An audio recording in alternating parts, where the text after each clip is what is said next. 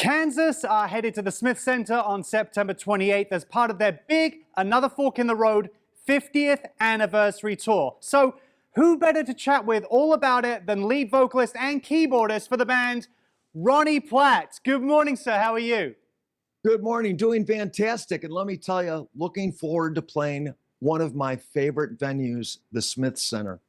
That's exciting to hear. I mean, we could talk at length about the guitars behind you, but we're going to roll with some questions for you right now. So you have an astonishing voice and an incredibly powerful stage presence.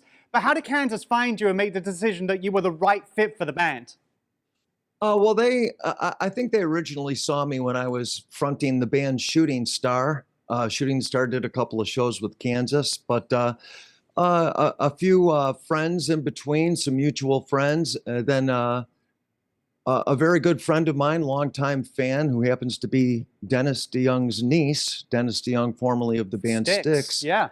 When she saw the announcement of Steve's retirement, she immediately contacted me, and I immediately contacted Rich, and the next day talked to Rich, the next day talked to Phil. They flew me to Atlanta on a Monday, and Tuesday I was back at home here checking my email and got the email from Phil Lehart that said, "Congrats, you got the job." So it was a very quick process. Yeah, what was it like stepping into those shoes and into those songs that everyone knows so fondly? Surreal, and after 10 years, it's still surreal. I've been a fan of the band since the 70s, since I was very, very small.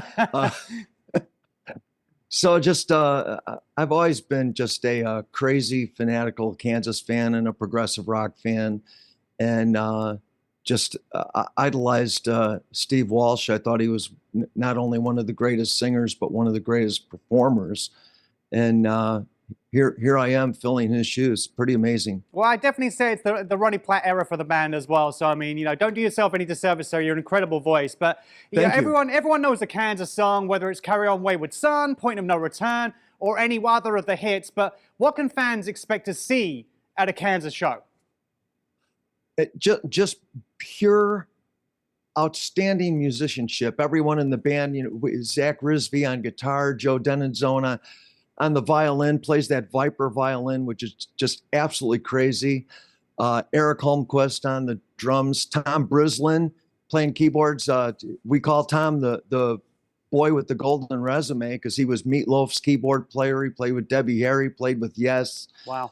Just incredible. Then we have Billy Greer on bass, who I'm not sure if he's approaching 40 years in Kansas or his past 40 years in Kansas, has just been a rock solid member of Kansas. And of course, Rich Williams, original member on guitar, still plugging along after 50 years. Pretty amazing. But we have so much intensity in our show, and we've been doing fantastic. Our audiences have just been overwhelmingly responsive.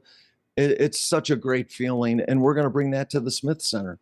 Yeah, we're looking forward to seeing you there. When you see the set list come out for the show, is there a song in particular that you look most forward to performing live that might be different from how it was originally recorded? I'm a deep cut guy. I love the deep cuts, and Kansas has such a huge library of music.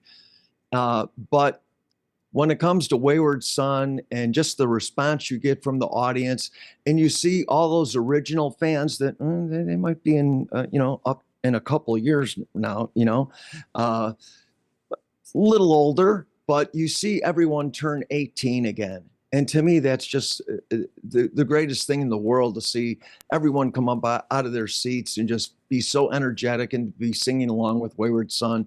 It really is the highlight for me. Yeah, 50th anniversary tour, countless hits, 16 studio albums. How are Kansas not in the Rock and Roll Hall of Fame, Ronnie? Please tell me. Please tell me. It defies logic because, they say that, bands that are in the Hall of Fame, are bands that have inspired people and inspired other musicians. Can you think of someone or a band bigger than Kansas or that has inspired so many musicians?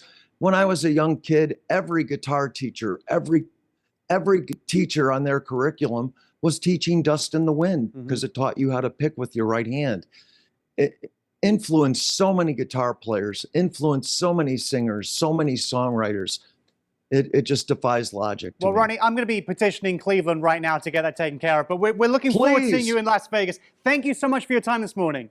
Oh my God, thank you. Can't wait to get to Smith Center in Vegas. What a great time. It's going to be a great show. KansasBand.com. Please check us out. Thanks, Ronnie. To be part of the big 50-year celebrations that Kansas will bring to the Smith Center on September 28th, head over to KansasBand.com.